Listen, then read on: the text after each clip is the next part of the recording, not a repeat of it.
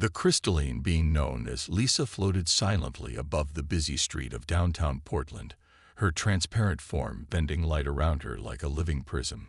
For 3 Earth months, she had been observing the humans below, confident in her species' most treasured belief, their perfect invisibility. The morning sun caught her edges, creating tiny rainbow patterns that she never noticed. Her people, the light dancers, had evolved on a world of constant twilight, developing the ability to manipulate light waves around their crystalline bodies. This gift had made them the galaxy's perfect observers, or so they thought. Lisa recorded her daily observations in her neural database. Humans continue to show remarkable adaptability. Subject 247 has modified their ground vehicle to operate more efficiently. They appear to solve problems through trial and error, unlike our calculated approaches. Below her, the street bustled with life.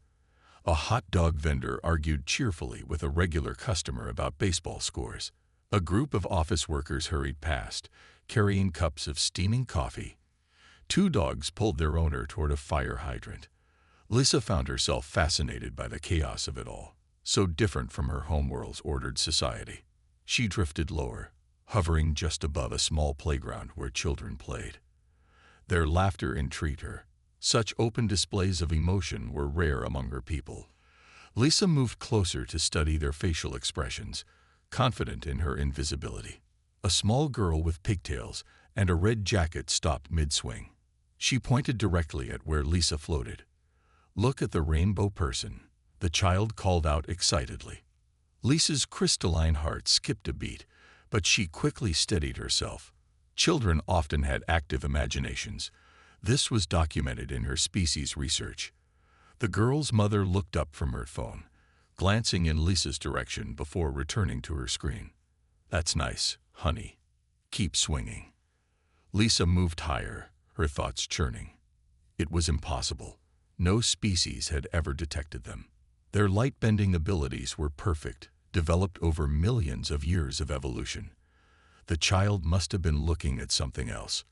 Yet, as she continued her observations that day, Lisa noticed other small things she had previously dismissed.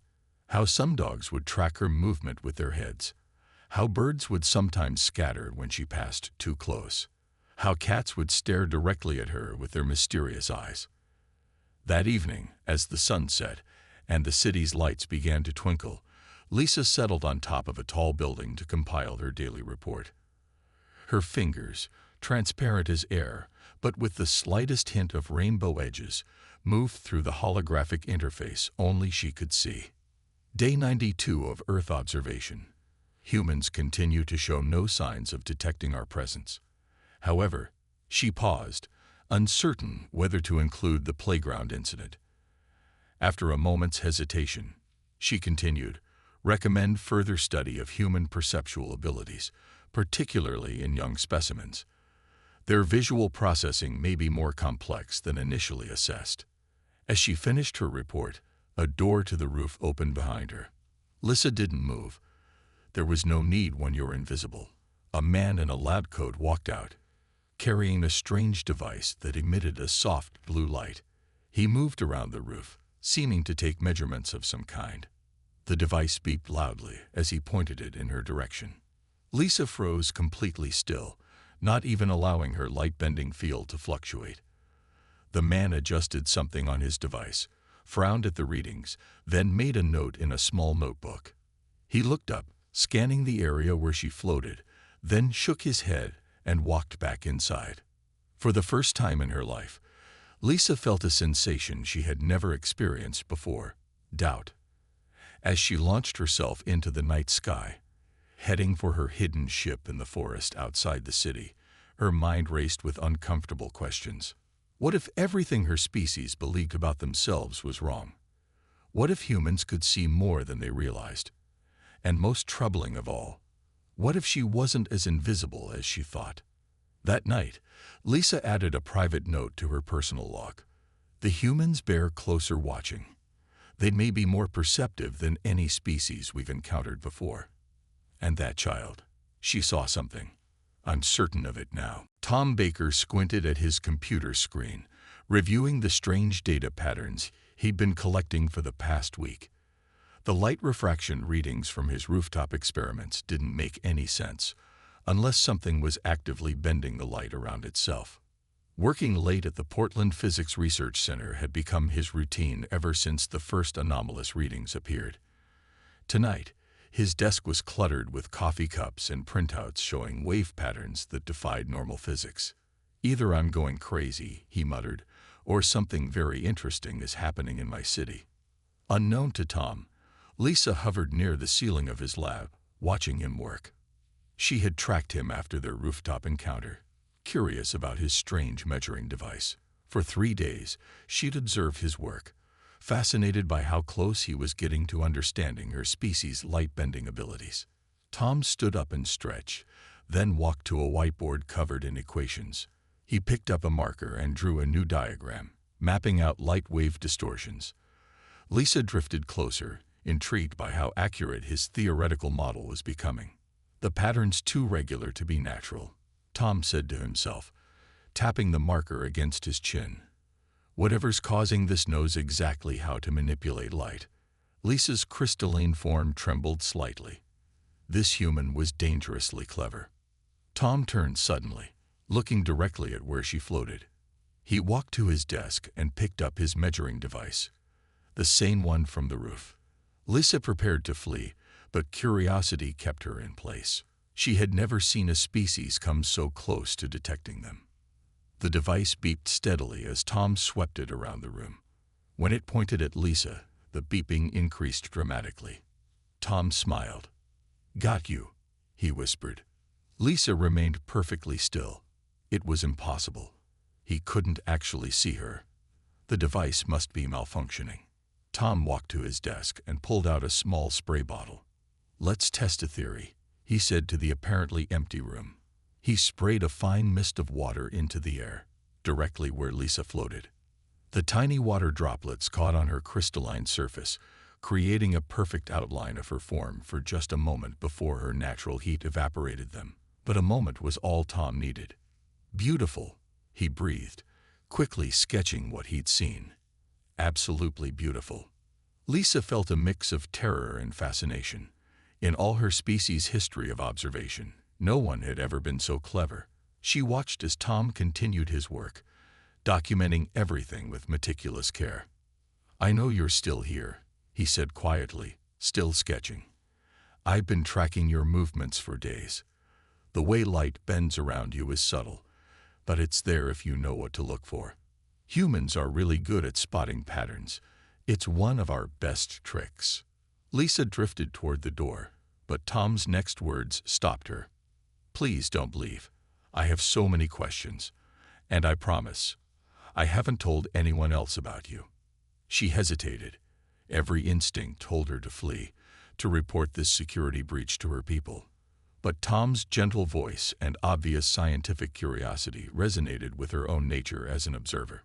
"I'm going to leave my notebook here," Tom said, placing his sketches on the desk. "If you're interested in communicating, maybe you could look at it and leave me a sign. Any kind of sign." He gathered his things and walked to the door. "I'll be back tomorrow morning. Same time. Think about it." After he left, Lisa floated down to examine his notebook. His drawings were surprisingly accurate, showing the way light bent around her form. In the margins, he had written questions. How do they do it? Are they made of crystal? Are they studying us too? For the first time in her career as an observer, Lisa considered breaking protocol. This human hadn't reacted with fear or aggression, only wonder and scientific curiosity. As she left the lab that night, she made a decision that would change both their species forever. Tomorrow, she would find a way to answer his questions. When Tom arrived at his lab the next morning, he stopped in the doorway, mouth open in amazement. His whiteboard had been completely transformed. Where his equations had been, there were now complex mathematical formulas explaining light wave manipulation in perfect detail. Below them, written in precise handwriting, were the words, "You see more than any species we've encountered. You came back," he said softly to the apparently empty room, trying to control his excitement. His measuring device was already beeping steadily, indicating she was present. Lisa floated near the ceiling, watching his reaction. She had spent hours debating whether to make contact. Now, seeing his face light up with pure scientific joy, she felt more certain of her decision. Tom walked to the whiteboard, studying the equations. "This is incredible. You're describing quantum-level light manipulation. We've theorized about this, but never." He trailed off, scribbling notes in his notebook. Taking another risk, Lisa drifted down and picked up a marker. Tom stepped back, watching in fascination as the marker appeared to float in midair. She began writing. "Your detection methods are unique. No other species has developed the pattern recognition abilities to notice us." "How many species have you observed?" Tom asked, his voice filled with wonder. The marker moved again. "Hundreds. Humans are different. Your brains evolved to see patterns others miss. Even your children can sometimes detect us." Tom nodded excitedly. "Pattern recognition. Of course. We evolved as pursuit predators. We had to track prey by noticing tiny environmental changes. That same ability must let us spot the subtle light distortions your camouflage creates." Lisa wrote again, "You understand quickly. This makes you dangerous to my people." "We don't have to be," Tom replied earnestly. "Look at us right now. We're communicating, sharing knowledge. There's no danger here." The marker hesitated in the air. "My species has hidden for millennia. Our invisibility is our protection." "But perfect invisibility is impossible," Tom said gently. "Even the best camouflage leaves traces. The real question is, do you need to hide anymore?" Lisa had never considered this. Their invisibility had become more than protection. It was the foundation of their society, their way of life. But this human was making her question everything. Tom walked to his computer and pulled up some files. "Look at these," he said. "They're studies of animal camouflage on Earth. Octopi, chainalians, stick insects. They all hide in plain sight. But they also have communities, relationships, lives beyond hiding." Lisa drifted closer to the screen, fascinated by the images of Earth's masters of disguise. She wrote, "Your world has taught your species to understand concealment better than any other. And to understand that sometimes it's safe to be seen." Tom added, "Especially by friends." The word friends made Lisa's crystalline form shimmer slightly, an expression of emotion she usually controlled carefully. Tom noticed the rainbow effect and smiled. "That's beautiful," he said.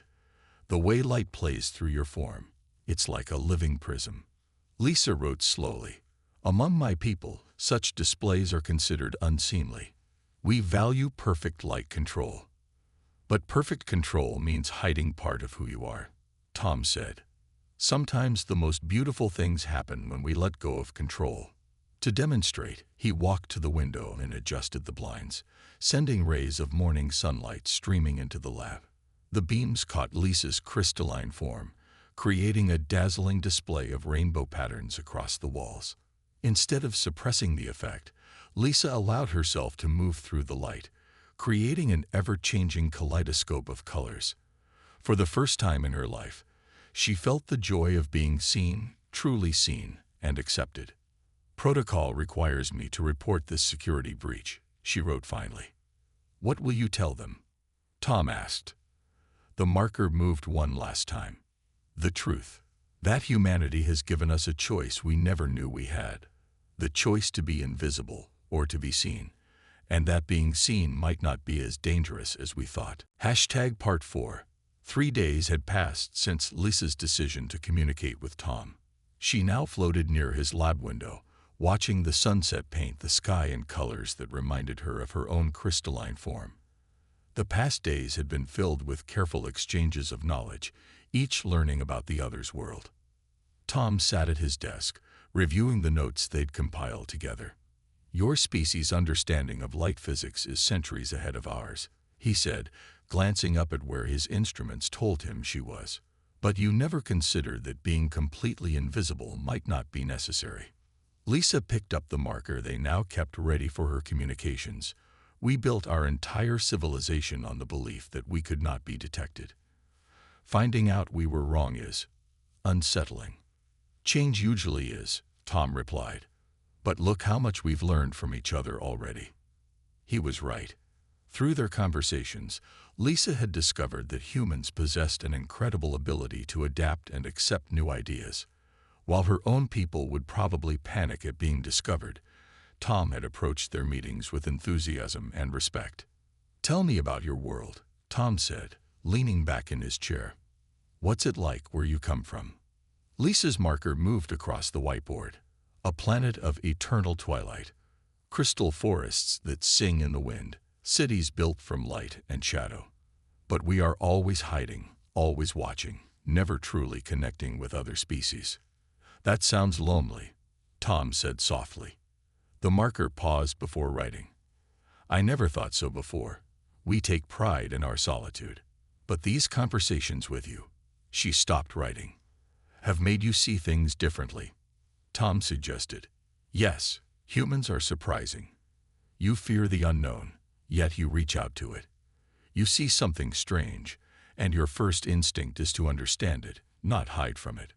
Tom smiled. "Not all humans are like that. Some would be scared of you. Like you weren't." Lisa wrote, "Oh, I was terrified at first," Tom laughed.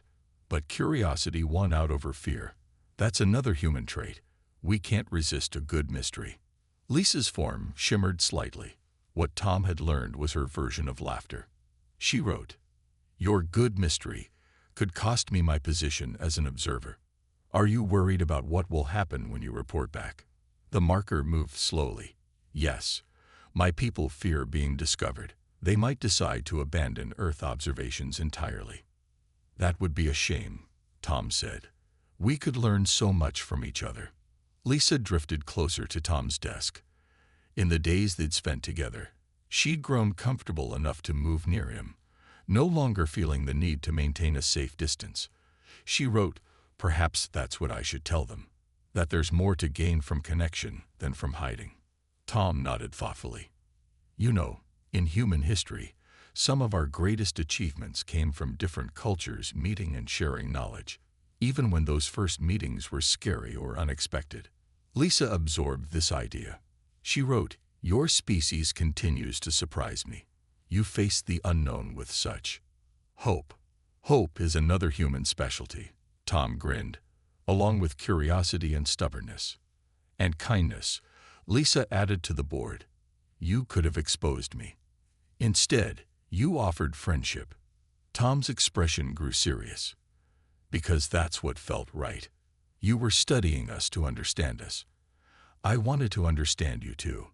That's how bridges get built between different peoples." Lisa's crystalline form caught the last rays of sunlight, sending rainbow patterns dancing across the lab walls.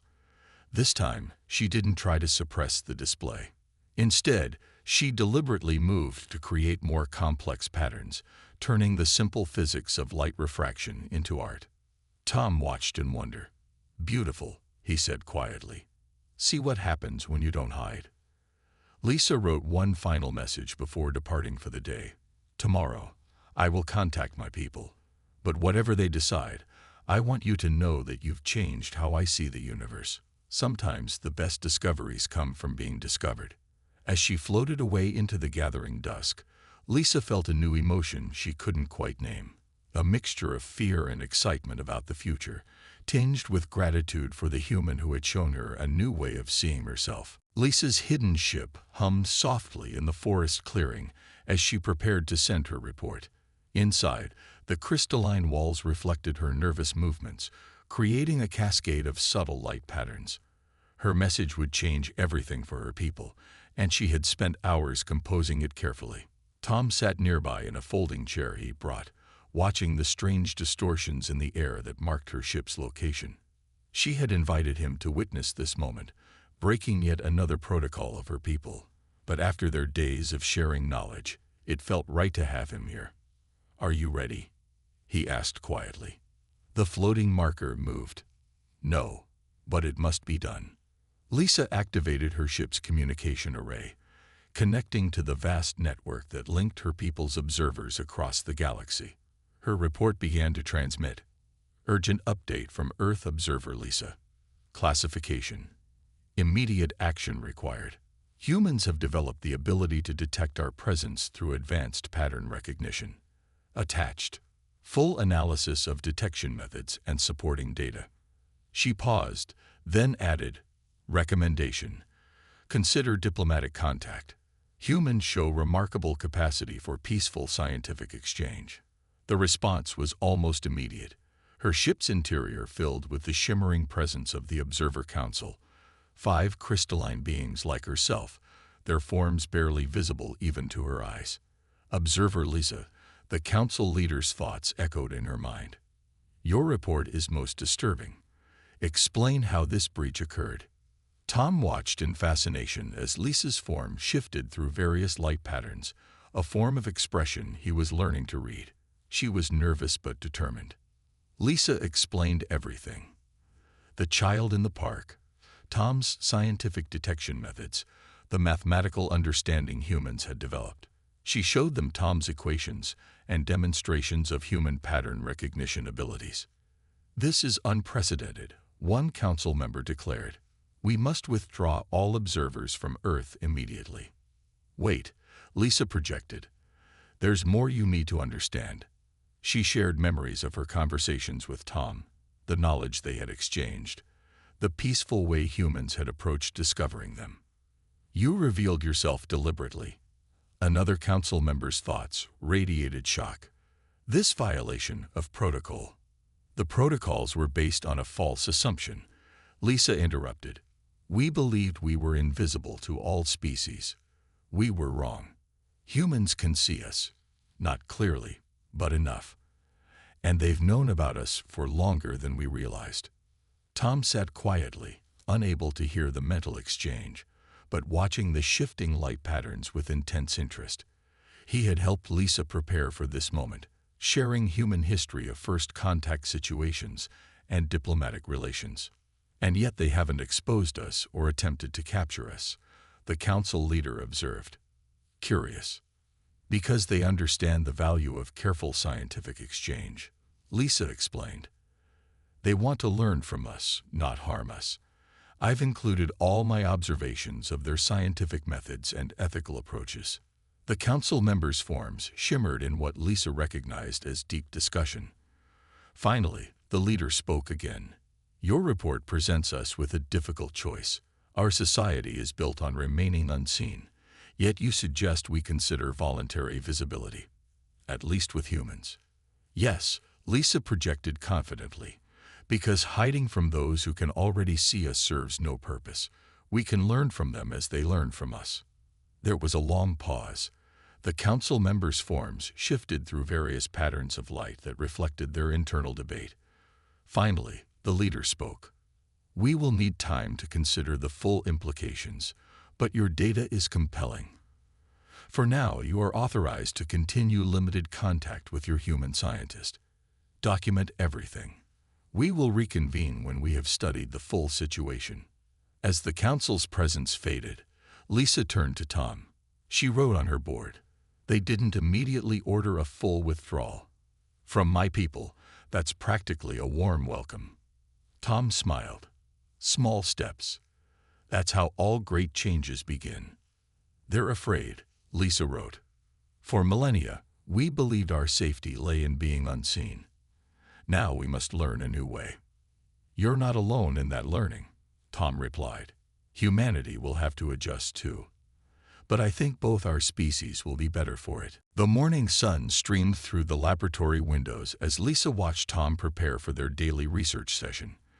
In the weeks since her report to the council, they had established a comfortable routine, documenting every interaction, every discovery, every small breakthrough in understanding between their species.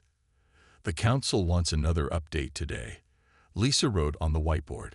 Her movements were more relaxed now, no longer hiding the subtle rainbow refractions her form created in the sunlight. Tom looked up from his computer. Are you worried about what to tell them? The marker hovered for a moment before writing. They're still debating whether to continue Earth observations. Some want to withdraw completely.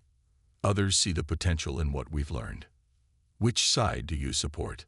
Tom asked, though he already knew the answer. I believe hiding is no longer our best option, she wrote. But changing the beliefs of an entire civilization isn't easy. Tom nodded, understanding the weight of her position. You're asking them to reconsider their most fundamental beliefs about safety and survival. Lisa's form shimmered, what Tom now recognized as her expression of deep thought. She wrote, before meeting you, I never questioned our ways. Now I see how much we've lost by remaining unseen. She floated to the window, her crystalline form casting complex patterns on the wall. Outside, people walked past the research building, unaware of the profound discussion happening above them, or perhaps not entirely unaware. Occasionally, someone would glance up, their eyes catching on the subtle distortion of light that marked her presence. Show me again what you've documented, Tom said, pulling up their shared research files. Together, they reviewed weeks of observations, experiments proving how humans could detect their presence, studies of human pattern recognition, analyses of potential benefits from open communication between their species. They had been thorough, scientific, careful to document everything that could help the Council understand the situation. Your people fear being vulnerable, Tom observed, but sometimes strength comes from being willing to be seen. Lisa wrote quickly, that's what I want them to understand. Hiding made sense when we thought it was perfect. But now you have a choice, Tom finished. Keep hiding from those who can already see you, or embrace the opportunity for something new. The marker moved again. The Council is divided. The younger members are intrigued by the possibilities. The older ones fear change. That's pretty universal, Tom smiled. Even humans struggle with big changes.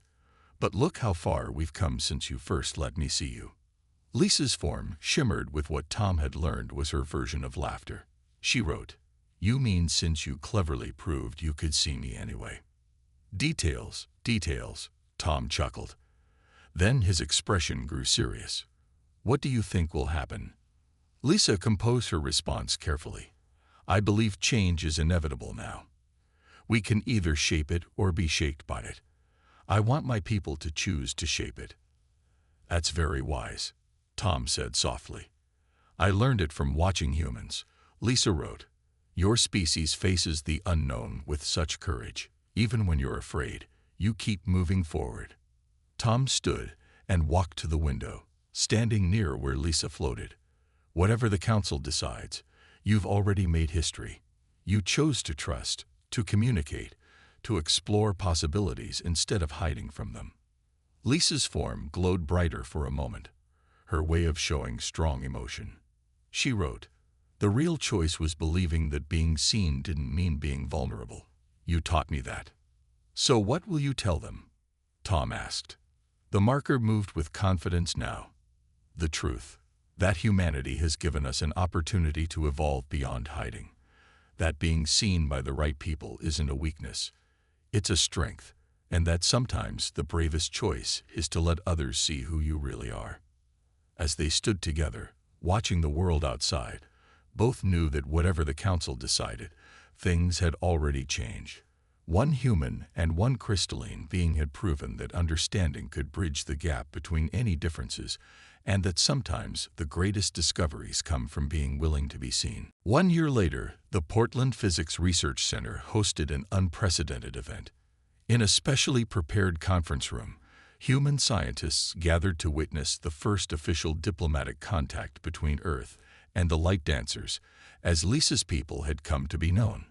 Lisa floated at the front of the room beside Tom, both of them watching as her people's representatives allowed themselves to be seen for the first time. The air shimmered with dozens of crystalline forms, each one deliberately creating beautiful patterns of refracted light, rather than trying to hide them. I never thought I'd see this day, Tom whispered to where he knew Lisa was hovering. She picked up her marker. Though they had better communication methods now, she still preferred this simple way of talking to Tom. Neither did I. A year ago, this would have seemed impossible.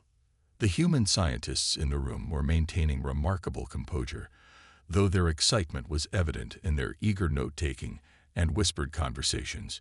Each had been carefully chosen for their ability to handle first-contact situations with appropriate sensitivity. The head of the light dancer delegation moved forward, their crystalline form shifting through complex patterns that their newly developed translation system rendered into words. We come to formalize what began with one observer and one human who showed us a new way of seeing ourselves. Tom stepped forward to respond. Earth welcomes the light dancers with open minds and hearts. We look forward to learning from each other. Lisa watched as humans and light dancers began their first official interactions. Some of her people were still nervous, their forms flickering with anxiety. But they were trying. The humans, for their part, were showing remarkable restraint, asking questions respectfully, maintaining comfortable distances, and showing genuine interest in light dancer culture. The younger council members were right. Lisa wrote to Tom, "This is better than hiding." Around the room, light dancers were demonstrating their ability to manipulate light, creating stunning displays that had the human scientists captivated. In return, the humans were sharing their understanding of pattern recognition and perception, leading to fascinating discussions about how different species experience reality. A young human physicist approached Lisa and Tom. "Is it true you two started all this?" she asked excitedly. Tom smiled. Lisa did the hard part. She was brave enough to question everything her people believed about themselves. "You helped," Lisa wrote, her form shimmering with affection. "You showed me that being seen didn't have to mean being vulnerable." The physicist looked between them with wonder. "You've changed history, you know. This is the first peaceful first-contact situation in human history where the other species chose to reveal themselves to us." Lisa's response was thoughtful. "Because your species showed us something we never expected, that being truly seen can be a gift rather than a threat." As the day continued, more barriers broke down. Light dancers who had spent their entire lives hiding were now eagerly showing humans their natural abilities. Humans who had spent their careers searching for signs of alien life were finally having their questions answered. Tom watched it all with satisfaction. "Look at them," he said to Lisa. "No fear, no suspicion, just curiosity and wonder on both sides." "We still have challenges ahead," Lisa wrote. "Some of my people are still resistant to change, and not all humans will be as accepting as these scientists." "True," Tom agreed. "But we've proven it's possible. Understanding comes from being willing to see and be seen." The marker moved one last time. "My first report called humans dangerous because you could see us. I was wrong. You were dangerous because you could teach us to see ourselves differently, and that has made all the difference." As the sun set outside, the conference room filled with dancing lights, light dancers celebrating their new freedom to be visible, to be known, to be understood. Humans watched in wonder, their faces lit by the rainbow displays. In that moment, Lisa realized that her people had gained something far more valuable than perfect invisibility. They had gained the courage to be seen, the freedom to be known, and the joy of true connection with another species. The observer had become the observed, and found it was exactly where she wanted to be.